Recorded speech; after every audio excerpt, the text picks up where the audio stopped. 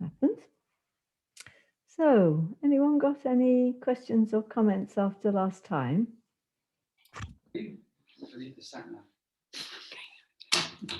Oh. Yeah, we did the stretch, one leg forward, and so in the class I was exhausted by doing it. Something, and I think it's it's just opening something. I was doing it a few days ago, and it was again. I mean, it's not such a big thing, I would say, but it's something very intense also with the directions from the back, which makes a huge difference from a normal stretching. And it feels very good, but in the moment it's really hard work. So is there anything deep inside which is working out in my case? I tried just to do it. Yeah, maybe I do it once a day and see what's happening. I would have thought that's the only way out is through. I don't know what people think on that one, but I think if you just do a bit every day and see if something works through. And I mean, it's okay to do it. Yeah, but I'm much more challenging from this than I would expect from such an exercise. Yes, it's not. I think emotions are carried in muscles. Who knows what we uncover? It's Anadora. Yeah, I had actually really trouble after the last just because you say emotions after the last session, because something developed in my right foot at the outer edge, like the small toe edge, and I really it was really painful for almost 1 week, and I couldn't do really anything, and I was wondering what that could be, but then I thought, well, maybe it's not just something else that's coming up. It was really weird. I don't know even more if it felt like the joint from the little where the toe becomes the foot, like the lowest toe joint. Yeah, really weird. Yeah, I mean, these things happen, don't they? I mean, there's I've had it myself after yoga classes where again I'm applying these stretches to and one you get in deep when you work in this way. Again, one of my rules, if I start getting exhausted from something, is see if I can get through to the tears or the anger underneath it. Because if there's exhaustion, it's often a cover up for an emotion. So if one can hit the tears or the fury in it and play that out, allow that to wash through, then one can start moving it on. If it gets worse, talk to me about it, but hopefully it will just play through. So in my case, after that, I felt good. Well, that's good. Yeah. It didn't leave you flawed. I mean, when something like this comes up and leaves you flawed, that's when something gets stuck. But if it moved through and felt good afterwards, well, that's good. So that's something clearing through. Yeah, I mean, we don't know what we're going to uncover. But on the other hand, if we don't go there, what do? We sit on the sofa all our lives, staying safe. Life is dangerous. Exercise classes are dangerous things. Do you ever study these connections because there are people that did explorations about what part of the body is connected to which fear, for example? If you want the lowdown on that, Louise Hay is the one I know. Yeah, exactly. She's the one I'm thinking of. I don't know them all. No, I don't know them all. I don't. Okay. No, you never did go into that, really. Not in detail. No. I know. I used to say I know knees. Knees is the one, but I haven't got into all of them in depth. No. I never got round to it. So yeah, have you looked up the joint in question? Just toes. I think it was just about. Yeah, I mean, like I think they're all probably the same, but about trust that the details will sort them out by themselves, something like that, and have trust in the future, and everything will come by itself. Does that fit your life at the moment? Well, I could, the details, I kind of could connect to that. Yeah. I mean, yeah. I mean, all sorts of things are lodged in joints and muscles, aren't they? And sometimes it'll be past stuff and sometimes it'll be current stuff. Meditate with it. Ask for answers, before you go to sleep and see whether you realize something when you wake up. Yeah. The only physical answer I got was like, we did this long, really challenging balancing stuff. And that somehow it really, this joint between the first 3 and the 2 small toes got somehow stretched, or something got over exhausted in my right foot. I don't know. Okay, right. You're both well for today. If you are interested about the connections, then it's really good book. Yeah, okay. Anatomy, metaphysical anatomy, a better rose. Yeah, and she also. You can find here some connections. Okay. If it's interested. Yeah. Okay, thanks. Thank you. Looks quite a heavyweight book, that one. Yeah. Yes. Wow. Yeah, interesting. Okay. Anyone else want to say anything, or shall we go to Anna Dora has thrown us out a challenge? Chris, yes, go on. Well, it's nothing very profound, really, but doing the deep stretch on the quads when you're sliding down the wall. Oh my goodness me. I really struggled with that, and very tender and sore. And I was thinking, this is very odd, because I'm sure I'm backing up and I can feel my back on the wall and all this sort of thing. But it was only when I then thought the knees going the other way that it seemed to sort of balance everything out, a bit like the opposition with the arm. Even though I'm not actually moving, for me that seemed to just mean that I could then be there without my legs screaming at me. Good. So not just knees away, but knees back as well. Sorry, not just back and up on the inside, because I was almost knees coming that way back, but also that the knees are pointing out away. So it's just sort of like length in the thighs from both ends, really. Yeah. And then the quads come into balance, and you can actually stay there pretty comfortably. I was watching everybody and thinking, well, nobody looks like they're really struggling, and yeah. Yes, I guess I sometimes take knees away as granted, because we're so used to thinking knees. Yeah. Less used to thinking the knees back and up, connecting into the body. So yes, but they all need both ways. Both ways. If in doubt, think the other way as well and see what happens. Yes. Okie doke. So Anna Dora has thrown us all a little challenge, which is to dance like the Nicholas brothers. Did anyone see the Facebook ad? Post? Right. So I'm just going to give you 5 principles to watch for, and we're going to watch a bit of them. We're not going to watch the whole 5 minutes, but we'll watch a bit of them. Elasticity from the oppositions. These guys are elastic, which is why they can do box jumps and bounces and jumps and landings crossed out with their legs in splits, and they're good at their weight transfer. You were asking 2 sessions back, Anna Dora, about how do we do these very free movements, and yet how do we tune that with stability? Again, they absolutely have stability and mobility, got the 2 working together. So think about that when we're watching them. Tone in the torso, that also means that they can do an incredibly fast movement and then stop. And that comes from tone in the torso, and we're going to explore some of this when in the class. And then they've got incredibly strong adductor muscles, I think, which means they can pull in splits and just draw themselves back up again. So everybody up for watching a few minutes of the Nicholas brothers? And here we go.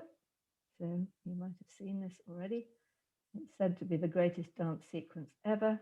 People will say, I'm No, not no, I don't want flexible to. enough Come to on. do yoga. I'm too old to do yoga. Okay, get rid of her.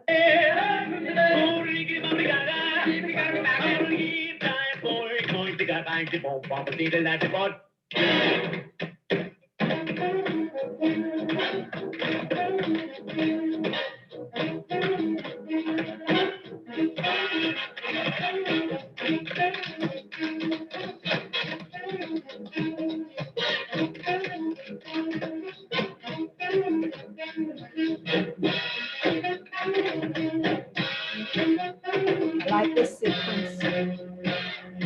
This table jumping sequence. So you've got the movement and then the stop.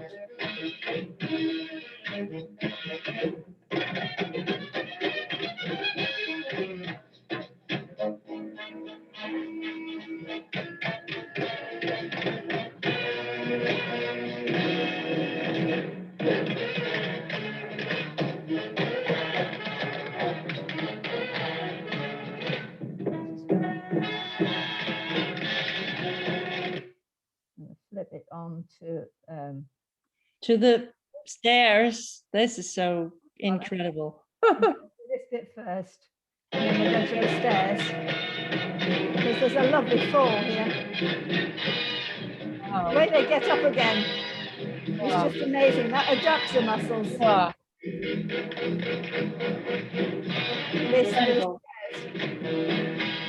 they're high stairs, those. Yeah. They're like tables. Yeah.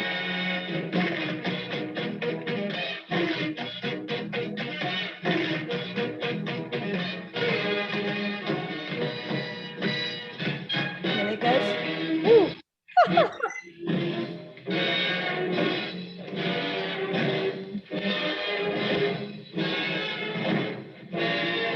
And then watch them get up.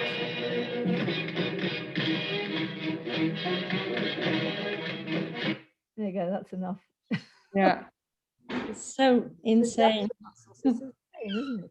So let's not have a go, but I did put on the Facebook post, let's get a couple of tables each and jump around, but no, we're not going to do that. So we'll start exploring a few of those principles. So let's begin just by finding our vestibular lines. So if you want to step back to your mat.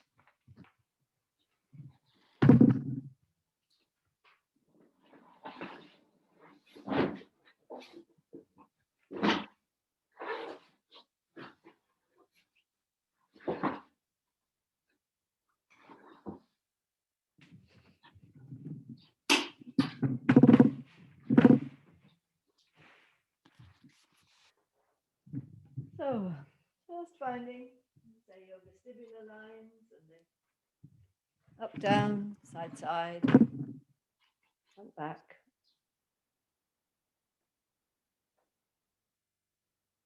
Pivot of the head on the neck,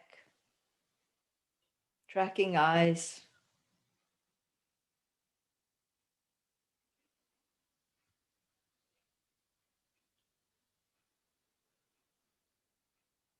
Feeling the visual path, just exploring, experiencing what you're seeing kinesthetically, visually, spatially, peripherally.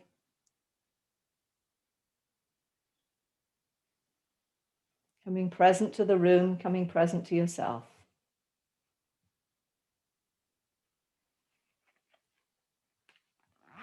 Seeing from the back of the head.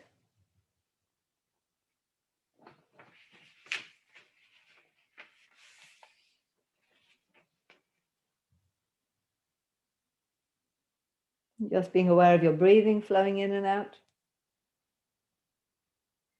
I can do less with the nose. I can just let the out breath happen, not holding anywhere in the breath. Resting a moment at the bottom of the in-breath, out breath, and then letting the in-breath just flow in.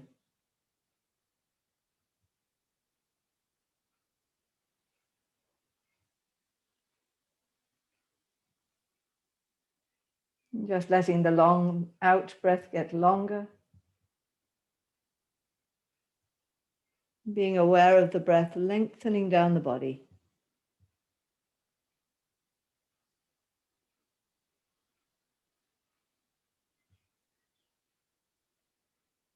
And happening from deep inside. The diaphragm is just flowering, the pelvic floor is just flowering into being. The whole torso is expanding on the breath, coming in again.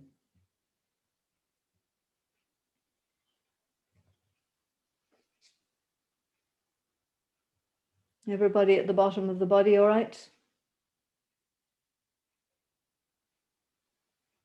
Wave at me if you need a little longer on the breathing. Okay. Just being aware of the in-breath widening down into the hips. And then the out-breath, just thinking it up and back at the psoas.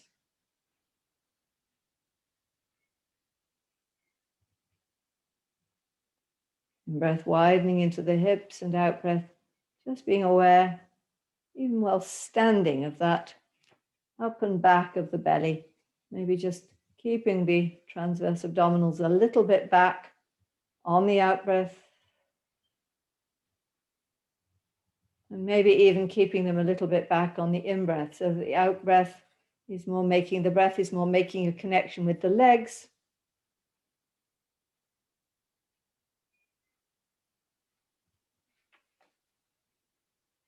Back and up.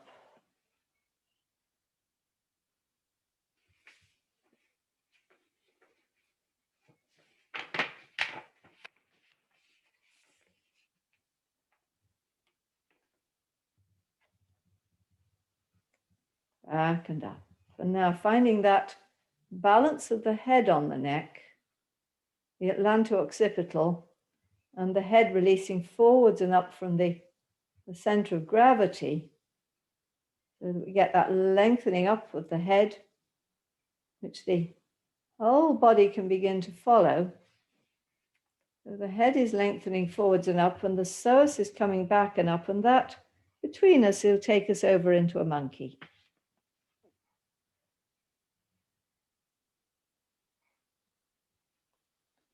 And then the out breath again brings us up again. And again, that lengthening forwards and up of the head, back and up here. And the whole thing will come back and up, forwards and up. The knees are sent away, even though they don't go forwards, to take us into the monkey.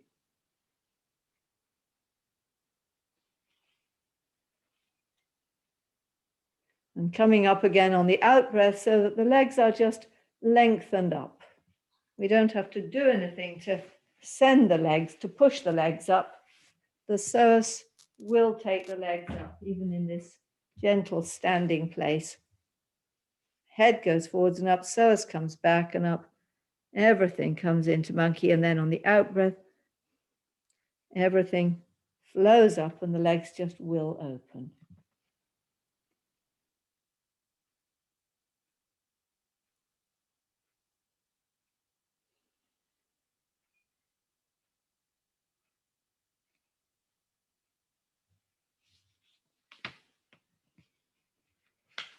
And now just put your feet further apart and think your monkey now from one side. So we've got the head coming forwards and up, and it's just going to come back and up out of one hip. So we come forwards into a bit of a lunge. You can turn that foot out. And then send the other knee away to do a weight transfer. And then the back of the first knee away. So we get this lovely sense of the backs of the hamstrings are stretching, the adductor muscles are stretching, the groins are opening, and we can just go from leg to leg, and we're not going from the hips, we're going from the knees, so that the hips actually don't bob up and down. They just stay very low, but there is a bounce in it, a very natural bounce in it, but there isn't a wiggle There's no wiggle happening in the hips. It's springy.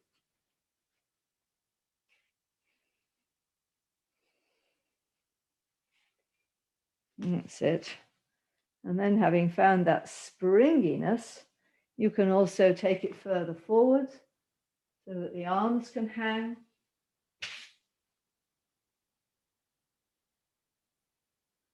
Do a slightly bigger movement.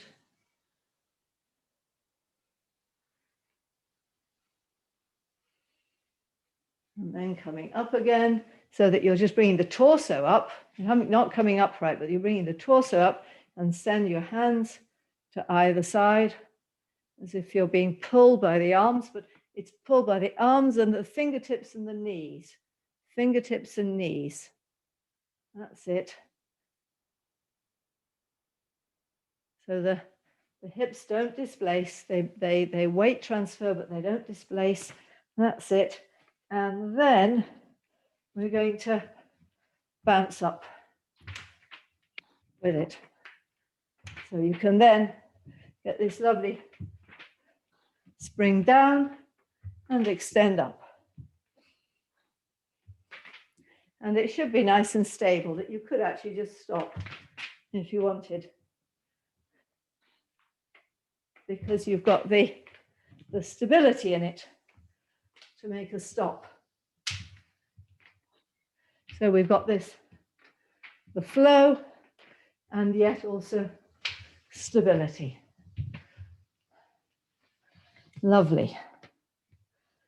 Okay.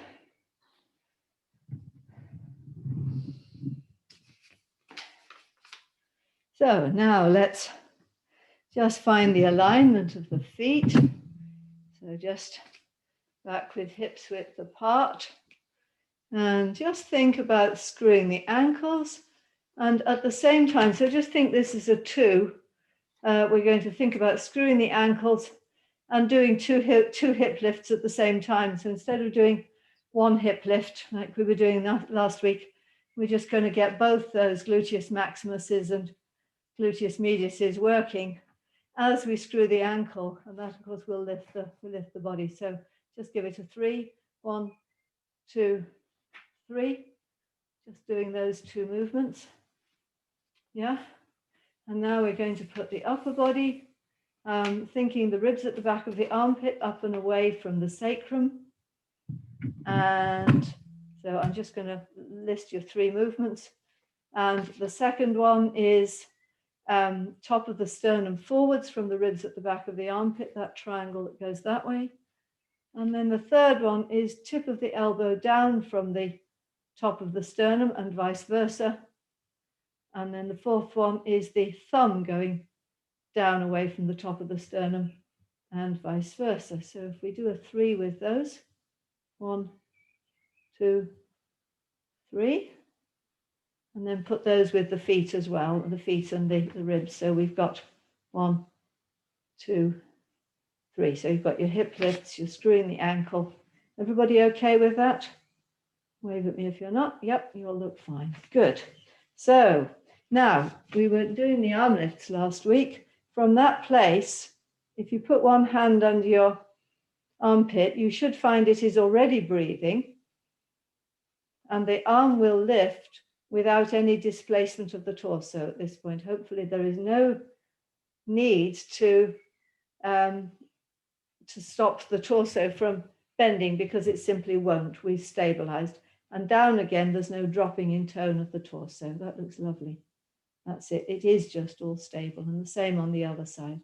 We can just lift the arm, and it just lifts up out of the side of the body, and bring it down again. And both arms together, coming up. That's it. And everything just is stable, and down again. Okay, so let's just renew the 3.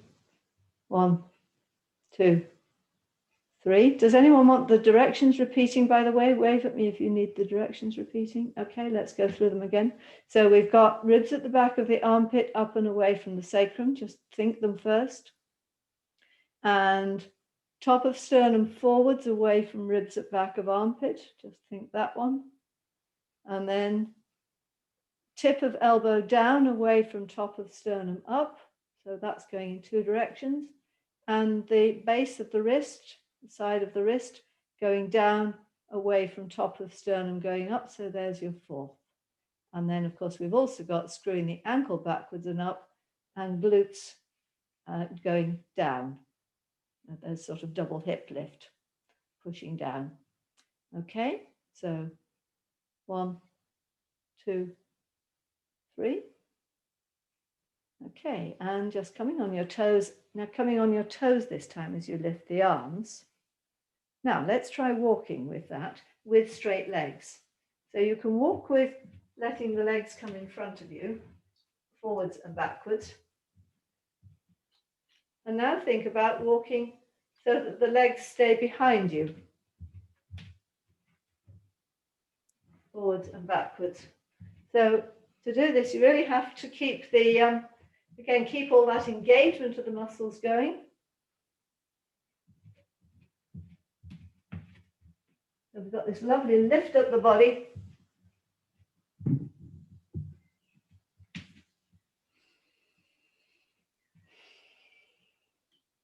And bring the arms down and take a little walk and see how little the knees now need to bend.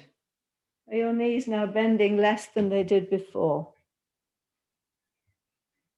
And then we'll notice a difference.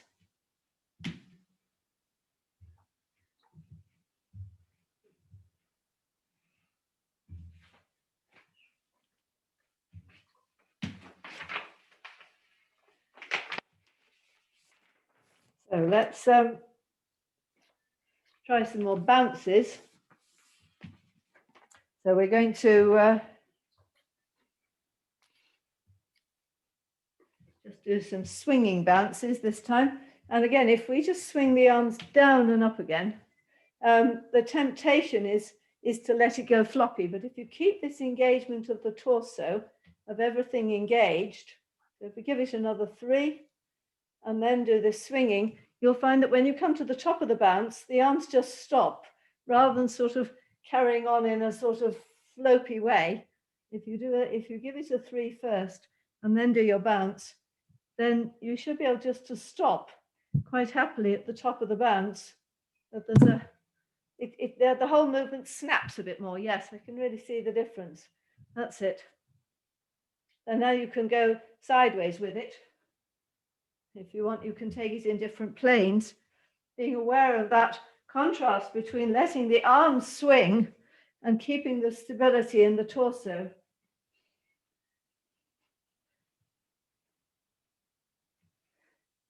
And then again, we can start taking it into coming up onto one leg.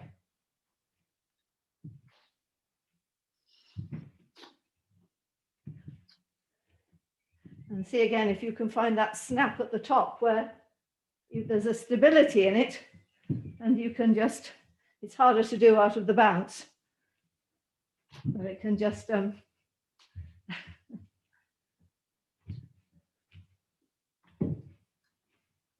a little bit where one could come into a stationary position.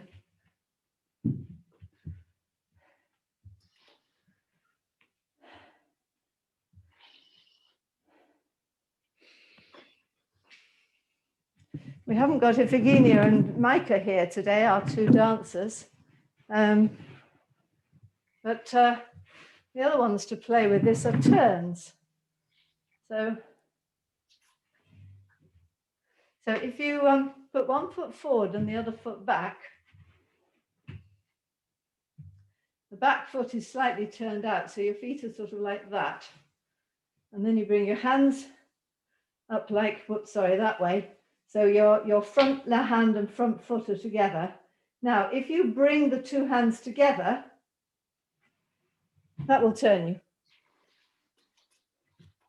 That's it. Nice. Of course, we have a dancer there in Alex. I was forgetting that we have a dancer doing a beautiful pirouette there. That's right. So now I was never very good at stopping my pirouettes. Alex, can you stop? Can you stop your pirouettes on the sixpence? Yeah, lovely. Yeah.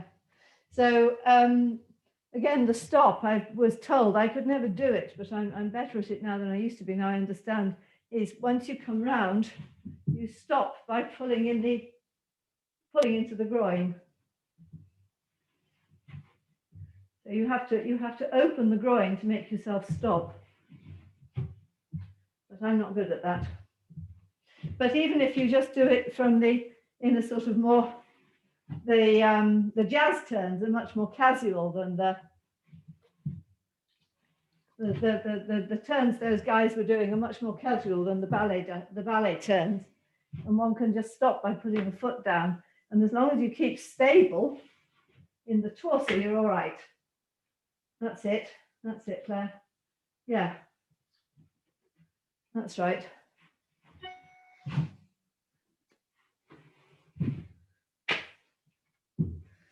Okay. Interesting discoveries so far.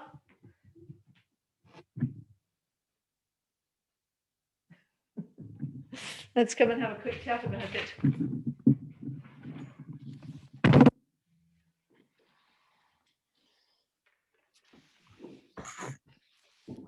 Anyone make any discoveries there? Oh, you've got a Jack Russell. So have we. Yeah. Anyone want to say anything about that?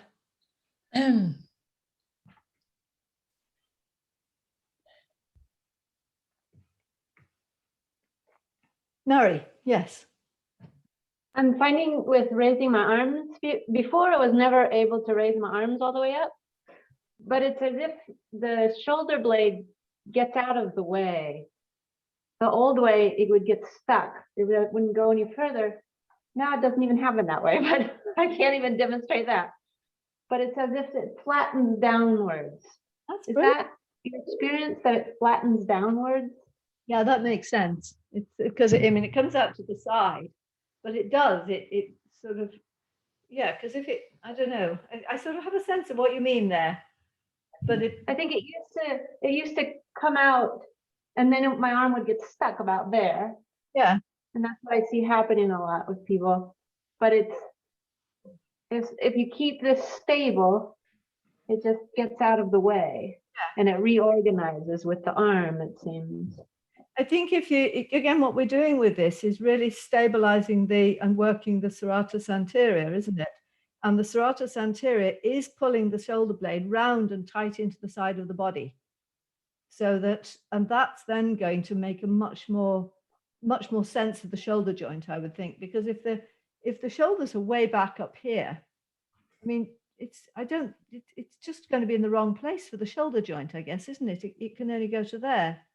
Whereas the minute you bring it right down to there, you've got the freedom in it. It's putting it in the right place. Anyone else got any ideas on that one?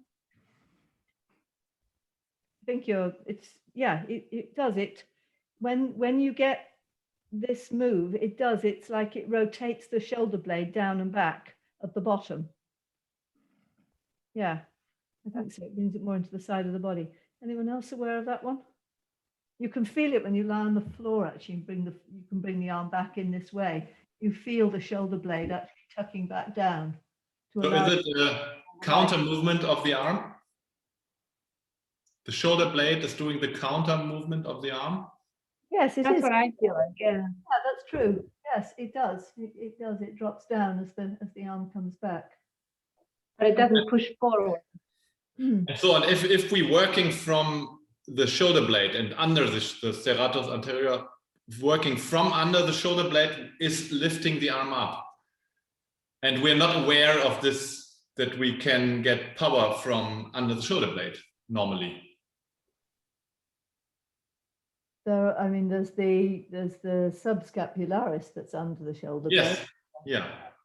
Yeah, maybe. We forget that we can get power from there.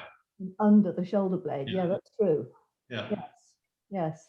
To me, it's still challenging both at the same time, though, for some reason. It doesn't work the same way. One at a time is easier. Yes, it always is. Again, not sure why, but it is. That's why with pupils, it's always good to work one arm first. Yeah. both arms together, because I guess it lifts the whole shoulder girdle, whereas with one arm you can, I don't know. It seems maybe a secondary curve is more organized to raise both at the same time than keeping the back flat. No? I mean, there's a slight secondary curve. I don't need a secondary curve, but to raise both. But it's opening out that whole area, I think. The more you open it out, the easier it will get. Yeah. I realize all we are doing reminds me a lot of my ballet training, but always I was thinking, what did I know before, or what did I think before? Because now I know all the points and the pulls, but I know my body knows how to do it, but I don't know what I was thinking before. Okay. I mean, there's the difference when one watches dancers who just let it happen and the dancers who power it. And you know, all what we're looking for here, of course, is to get the elasticity working in it, rather than a lot of ballet dancers, I think, end up working too hard, and they become less pleasant to watch, because you can see that the trained eye can see they're working too hard in it. And we're looking to find just the natural bounce in it. So that's what I was exploring there. I mean, we all know how to do those movements, but can you find even more just in it? Yeah. Yeah, but then in every activity. So I had it cycling a bike. Yeah. And Sure. I haven't done it for some months. Mm-hmm. And so I was so much aware about, just points. And I mean, we're building maps in the brain. And learning to do the opposition from the brain, which is the difficult to learn. Yeah. But more and more it gets easier. And so I was working with some oppositions in cycling a bike, and it was such a difference. Lovely. And I wonder how I did it before. I mean, I was looking for it as an Alexander teacher cycling a bike, how to let my neck free, and I found getting the power right with my legs is helpful to free my back and lengthen my back and free my neck. But now it's evidence in to do it that way. Yeah. Thanks for this. Yeah. So Anna-Dora, how was that? Did that give you a little insight, or was that's nice. Yeah, you get a feeling for the stability, and it's really possible to do it and stop. Yes. I was just thinking about this line of the arms, that I noticed that just when I just walk down the street, I more often go into this kind of opening here, the back line, instead of just like being floppy here. So, for example, if I had a handbag, and before I would like something like this. So now, just like opening here, it stops the bag from sliding down, and it's just, and it's not very obvious. So if I look myself and see myself in the window, it's not like, okay, I'm walking like this, but it's very subtle, and it gives all the support for this back line and this opening, and very stable. Nice. Yes, I think I've used that myself with a bag before now. It stops the shoulders falling.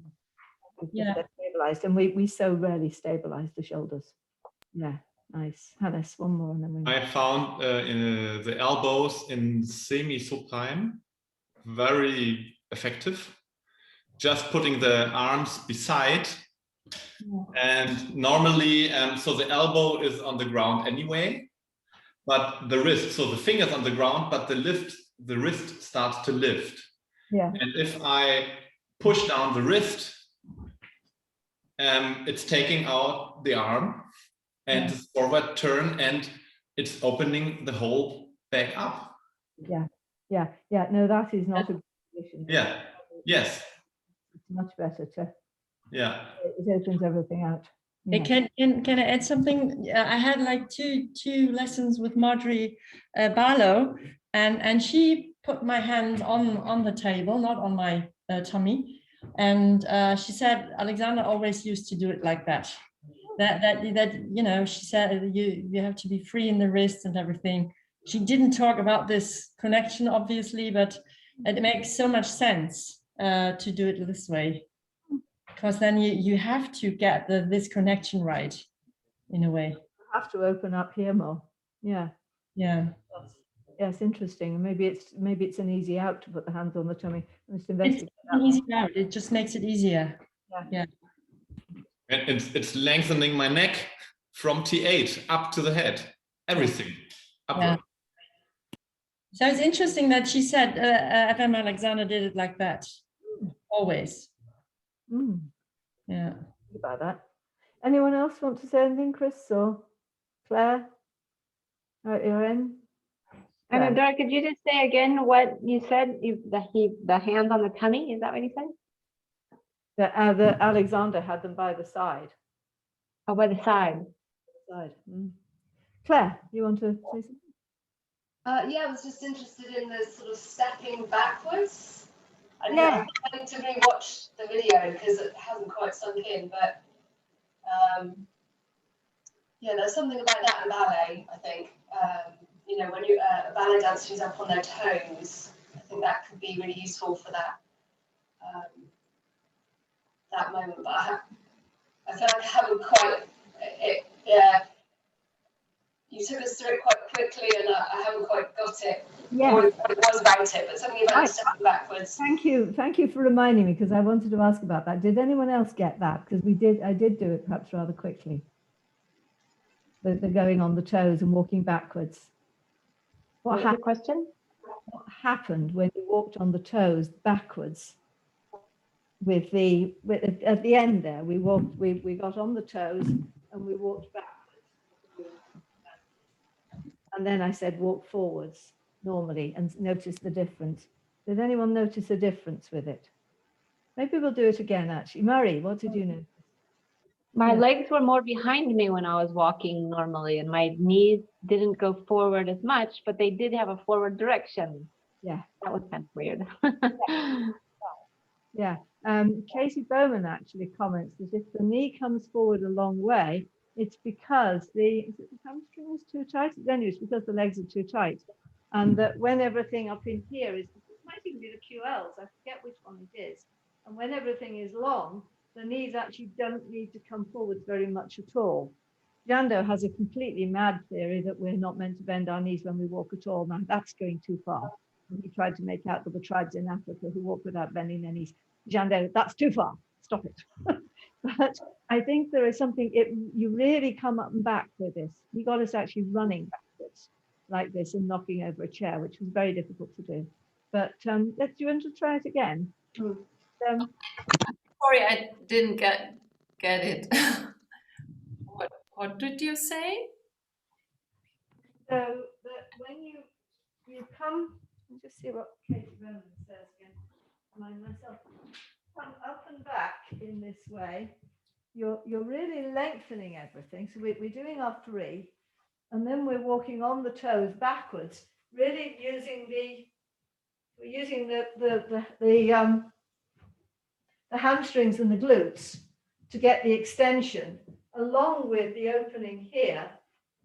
And it really opens up the ... if I can remember I can't remember which it is. If I can see which she says opens. Yeah, it is the quads. I've lost the length. If you, where's this?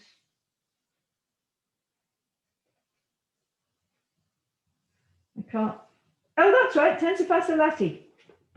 If the tensor fasciae lati is too tight, the knees want to bend too much. So this little muscle at the front here, if that's tight, then you bend your knees a lot.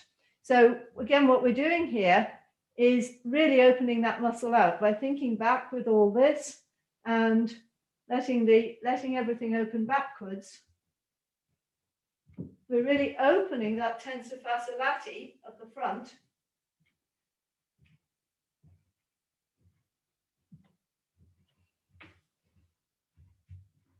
Again, if the arms are up, then it just adds another stretch to the lateral line of the body.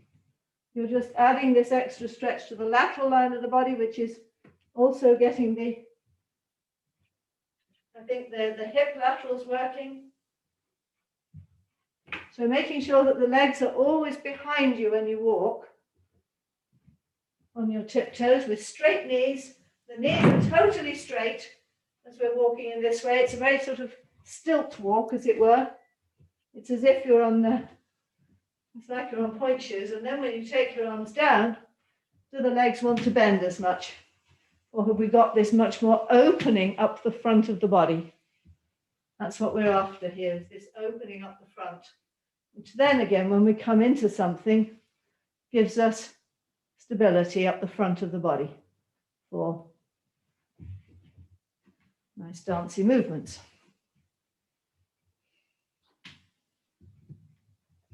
How's that? Would anyone like to comment on that now? That's. I feel so much more spring in my walk. Yeah, yeah. Because the tensor fasciae lati along with the quads are one of those ones that really pull us down at the front, opening that up. Yeah. And my glutes really work. Good. It just naturally what we did with the walking session, it integrates all this by itself, just by walking for a time on the toes. It just then really the leg stretches out behind the body, and this drives us forward.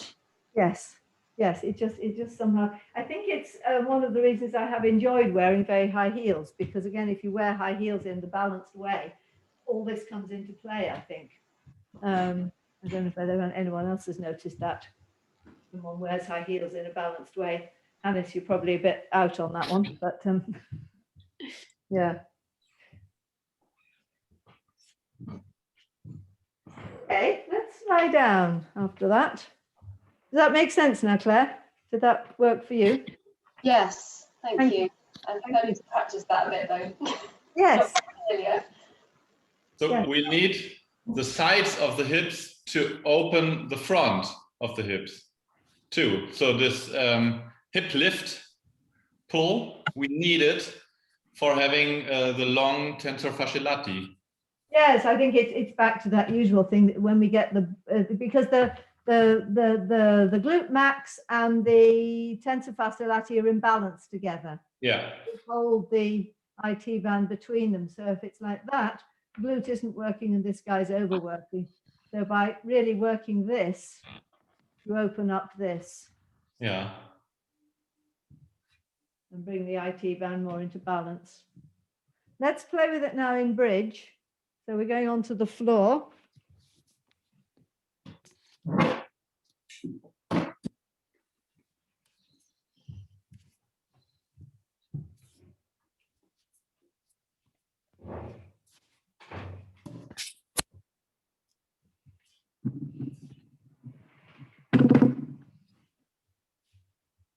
So everybody lying in semi-supine and just taking a moment just to breathe.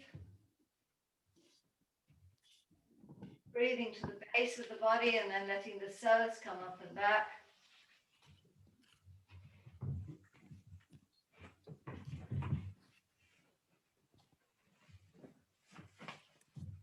Breathing into the base and letting the psoas come up and back.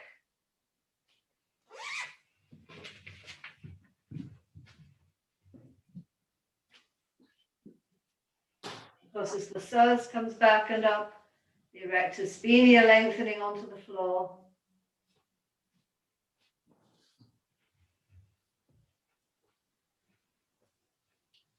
And as the, again, on the out breath, the iliac spines are coming back and wide. Not letting them come up, not letting the belly come up on the in-breath, but making sure that the iliac spines stay back and wide on the in-breath too, so that the in-breath goes down into the pelvic floor. It doesn't displace into the belly. And then again, it's all coming, flattening out and up on the out breath.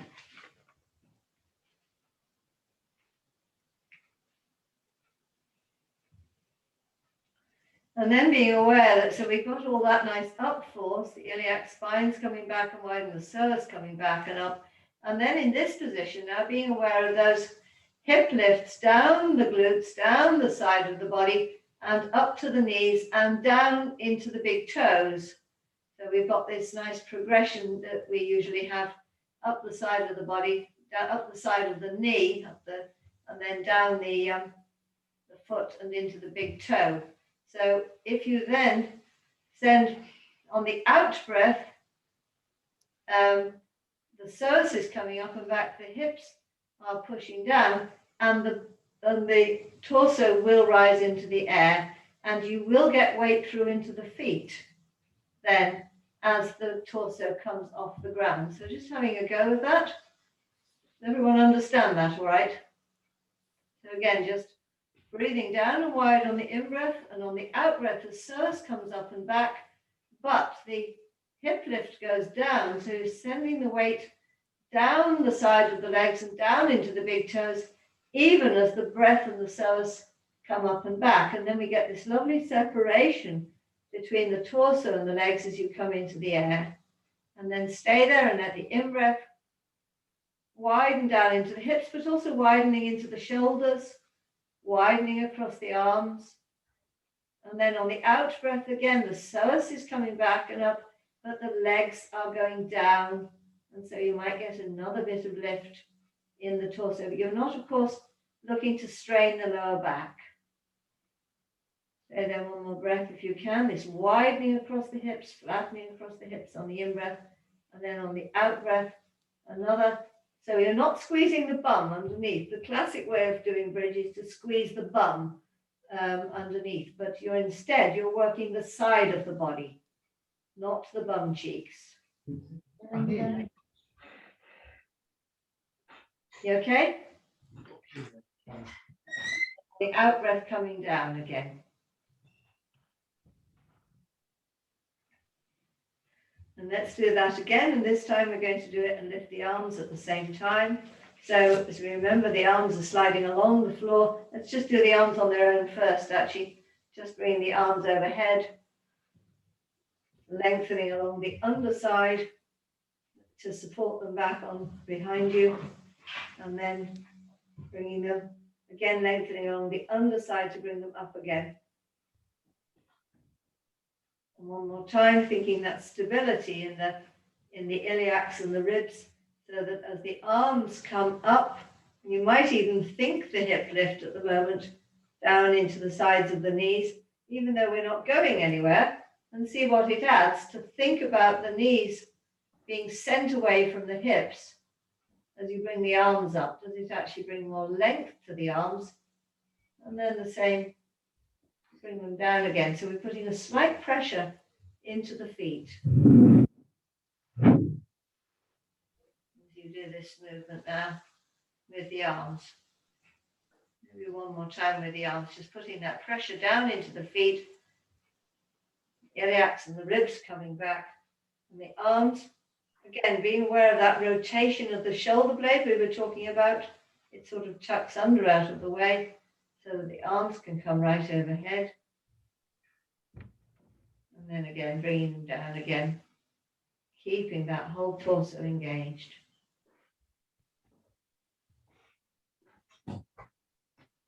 And now putting that with your bridge. Keeping your feet parallel, not letting your knees stray out. My knees have a tendency to stray out to the side when I do a bridge, and what's important to keep them parallel. So again, we've got the psoas coming up and back, the hip lifts going down along the side of the thigh, and as you come up on the out breath, so the arms come up overhead.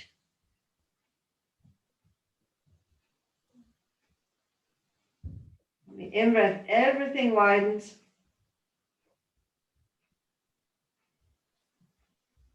And on the out-breath, seeing if you can tease a little bit more out of it. You're staying out of the middle of the body. You're not tightening the glutes. You're not letting any strain into the lower back. Everything widens. The side of the body lengthens the way down, not letting the knees straight out, keeping them parallel. And then down again on the next out breath.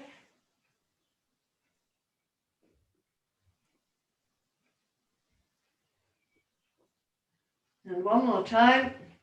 Again, just stabilizing everything. Just thinking that psoas back and up. And the sides of the legs sending down, the hips, the hip laterals engaged. Everything comes up.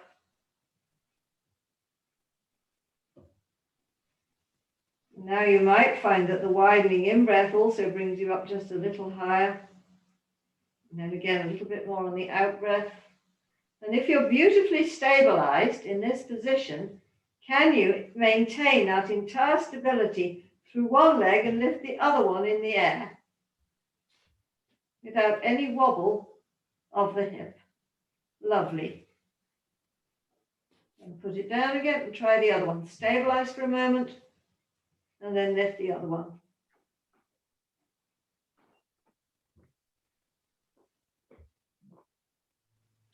Beautiful, lovely stability. And then down. Very nice.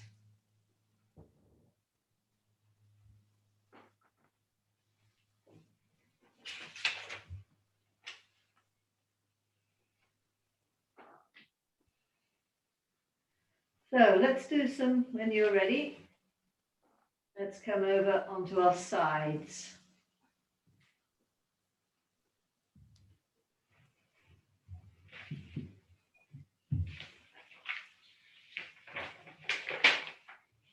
And we're going to do some side planks. So again, the side planks are again about the lateral line. So anyone who wants the easy time of it can actually bend the knees in. And we're going to have the elbow bent. So the movement is that. But anyone who can have the feet outstretched. Again, it's easier if you put one foot in front of the other, because then you've got stability. But if you can do it with one foot on top of the other and your hand along the leg, then you're giving yourself the maximum challenge. And then again, we're thinking the head away from the heels, and we're thinking all this side of the body coming up. So you're really, again, working this, the obliques, the iliacs, the hip lats, and you can then bring an arm overhead. Don't let it droop, and then come down again. And see how many of those you can do. Take it gently.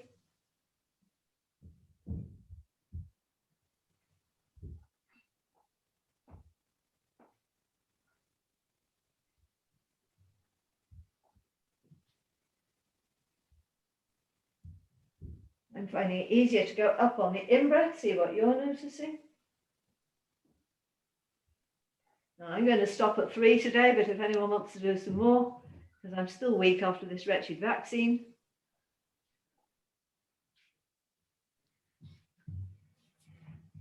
And then change arms.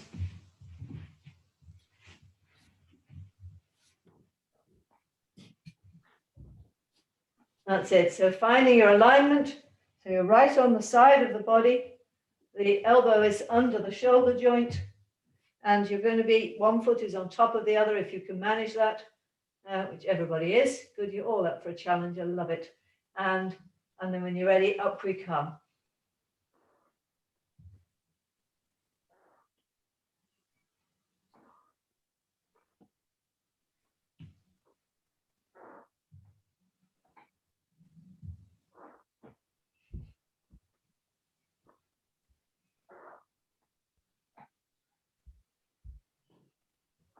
Anyone who wants an additional challenge, by the way, if anyone isn't challenged by this, then when you get to the top, lift the up foot up in the air and down again. And again, I'm not going to do many of those today. That's it, but that's the additional, is to get as high as possible off the supporting leg. So you really just do have the ankle on the ground, and Nothing else, not the side of the foot, just the side of the foot, not the ankle as well. And the most light you can get from it. That's it. Okay, excellent. That's good. Let's do some knee chest. So just bringing the knees over the body.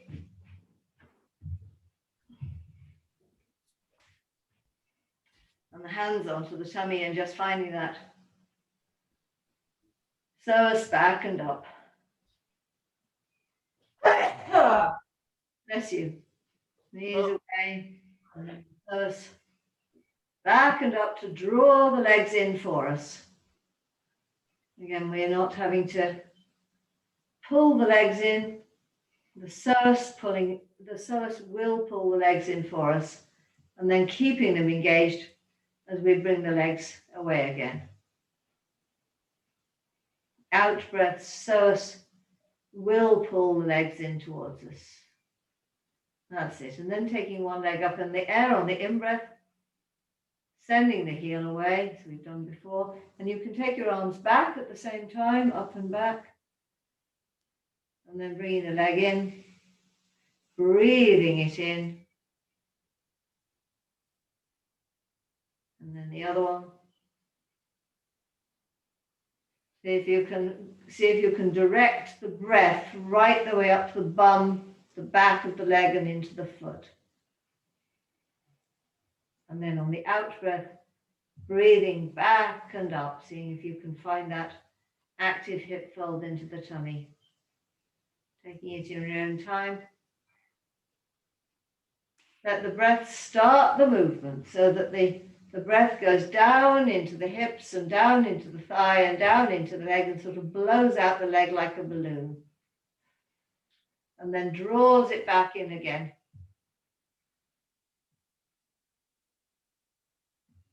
Like as that energy is withdrawn from it. So it's working like a piston that pushes oil into the cylinder and pushes up the lorry arm or whatever.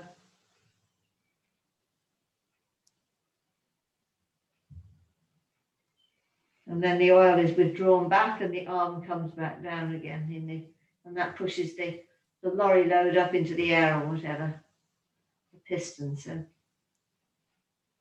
using the breath as a piston to drive the leg up into the air.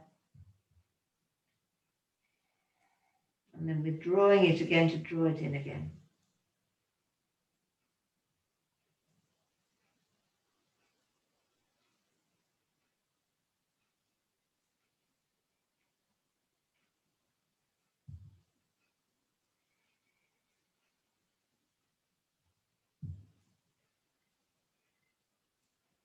And then you can hold both toes if you can and send your legs out sideways.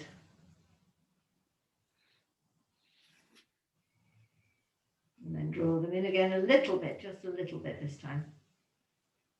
And again, seeing if you can direct the breath down the back of the legs, the bum cheeks, into the hips, down into the bum cheeks, along the back of the bum cheeks, along the back of the legs to the heels, and then draw it back in at the hips, just a little bit, bending the legs a little bit. And then on the next out breath, on the next in breath, seeing if you can, again, send the legs away, send the legs long, sending the breath along the line of the legs. And if you can't straighten them, it doesn't matter. But if you can, that's bonus. So this is really an exercise in directing the breath. And I don't know about you, but I always know when I've got it because the muscles just lengthen. When I get the breath lined up with the muscles, something different happens. And seeing if you can find that magic moment. Yes, I didn't say, Hannah, so you could use a scarf over your feet to hold your feet with if you can't actually reach your toes. You can use a scarf. You're okay, are you? Using your knees.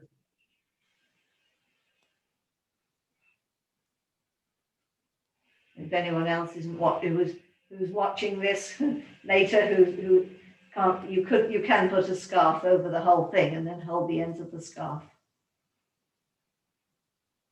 Or you can hold your knees, that's the other thing. Which I think is what you're doing, Hannes, isn't it?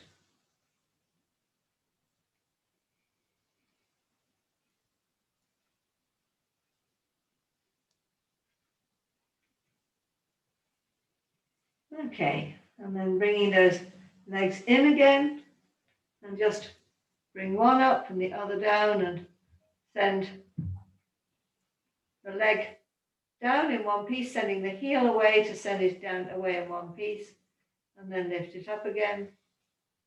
The arms come down rather. The arms come down as the leg comes up, and the arms come up as the leg comes down. You're sending along that back line of the leg, so that ideally there is no strain in the front of the body, no strain into the quad or into the hip, but the muscle, the leg is somehow coming up and down as if there's no weight in it. It's just rearranging itself. Keeping the other knee straight, don't let the knee fall out. Keeping the sesamoid on the ground.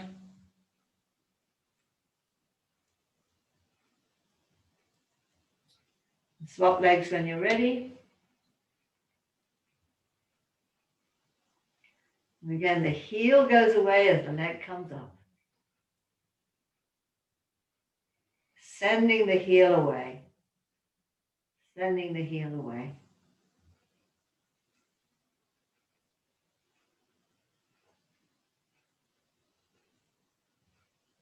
Sending the heel away.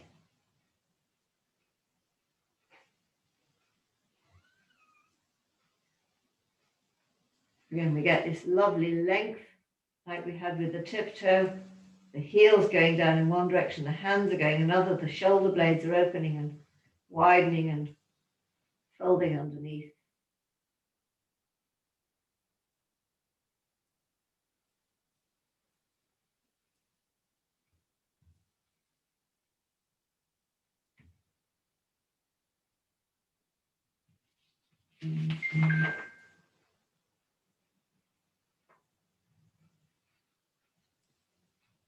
And let's do a bit of bicycling.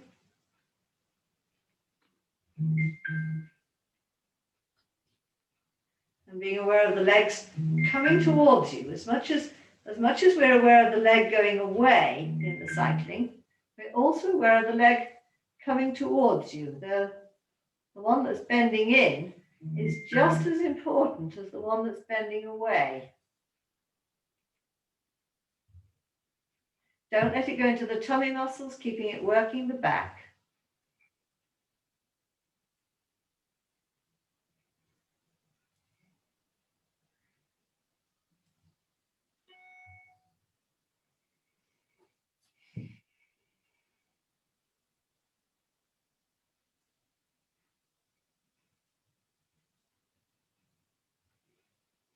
And when you're ready, just letting the legs come down.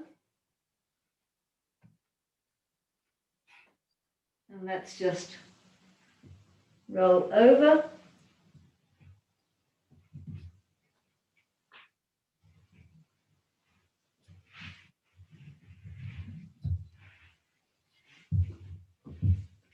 And we might just put the legs straight in front of you.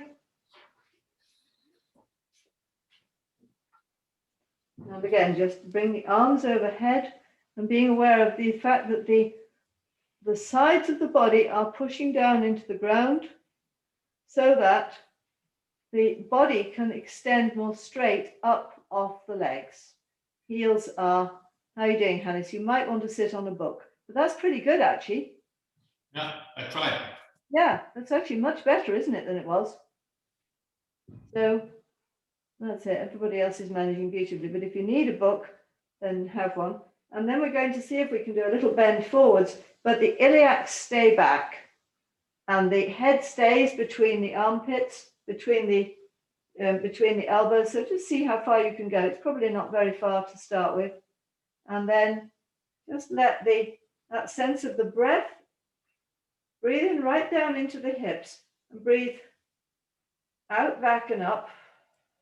And see if you can bend a little forwards. And then on the in-breath, again, seeing if you can breathe right down the back of the legs. And then on the out-breath, up and back, take your hands forwards a bit and the upper body starts to bend. But stop again, and on the in-breath, breathe right the way down the legs. On the out-breath, back and up. Feel it. We're not interested in getting the head to the knees at this point. If you can, that's bonus. I certainly can't today. But just working this, the in-breath is thinking all the way along the back of the legs to the heels, and the out-breath is finding the psoas back and up and coming round. So the torso, what we're not doing is just collapsing down from the front of the hips. We're very much working up and over the legs, which is a very different movement. In-breath goes down the back of the legs, and then the out-breath comes up and over. So always this is coming up and back. Just stay there another couple of breaths if you can. Out-breath back and up. And continuing also to keep tone in the shoulders. So we've still got this widening of the elbows are coming away from the upper, the top of sternum. Top of sternum is still working. Ribs at back of armpit are still coming up and away from sacrum, which actually is giving me a bit more bend to think that. Top of sternum coming forwards from there. Ribs at back of armpit coming away from sacrum again. And then when you're ready, sending your fingertips away to come up again.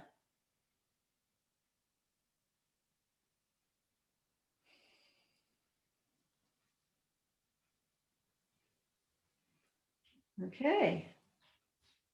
And let's see how we're doing for getting off the, seeing how we're doing for bringing the legs in with an active hip fold.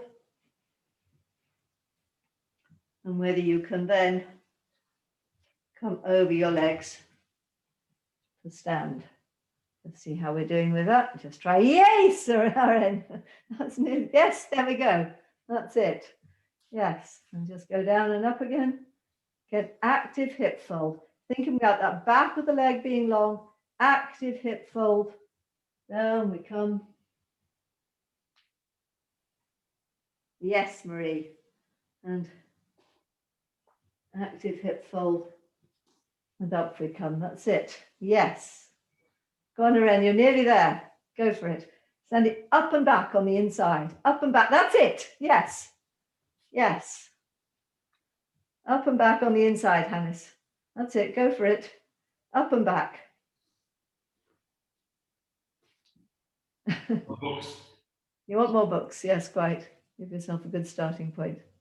And those who can do it with one set, try it with the other leg forwards. Can you now get down again in a controlled way? That's it. So up and back from the inside, Hannes. And seeing if you can. That's it. Yes, you did it. Fantastic. Have you done that before? Yeah. You have. Great. Can everybody do that now? Never done that in my life before. You did it. And now I just went up and down and up and down. Wow, Amazing. that's amazing. That is brilliant. Yeah, fantastic. Irene, you'd done that before, had you? Yeah, yeah. But I think everybody can do it now, can they? Yeah, Anadora, we're still watching.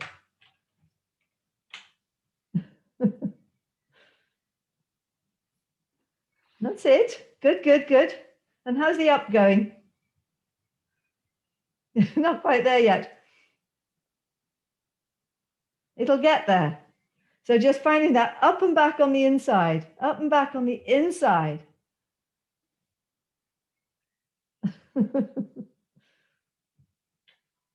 I don't get my point of gravity over the feet. It's just I'm so far behind. I have no clue how it's possible. Do what Hannes did. Sit your ass on a book. Sorry, that was very vernacular. That wasn't it.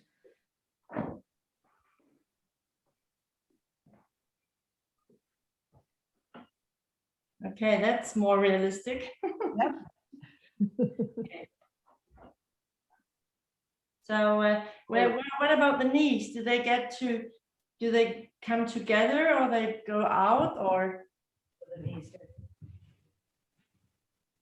Well, I think if they go too much out, you're going to lose power. I think you want to keep those knees in, actually, because the adductor muscles are part of this, I suspect, like those guys coming in and out of splits. But actually, you want to keep the adductor muscles taut. So it's the psoas coming up and back. That's it. Go on. Psoas muscle coming up and back. Just there. That's it. So see if you can get a bit of a swing in it from the inside. That's it. There we go. That's it. You're getting there. Okay, I will work on my own. It's definitely more realistic to use books, and then maybe I can do it with books. Once you've got it from the books, you can start taking the books away. And of course, anyone who wants to try it on one leg, I can only get to there. I can't get up again at the moment. But that's the next challenge. Get onto it, but I can't get up. So on a good day, I can get down and up on both legs, but not post-vaccination. Okay, fun all round. Anyone want to comment on all that? Murray, great. I've never folded like that ever before either. And I didn't feel any burn. It just went.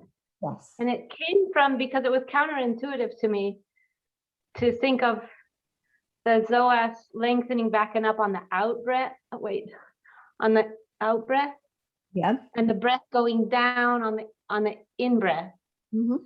That was counterintuitive, but that let all of this release, so it just folded. Yeah. Yeah, and we were actually doing it at the same time. In the bridge, we were doing it at the same time, weren't we? Yeah. That was coming up as that was coming forwards.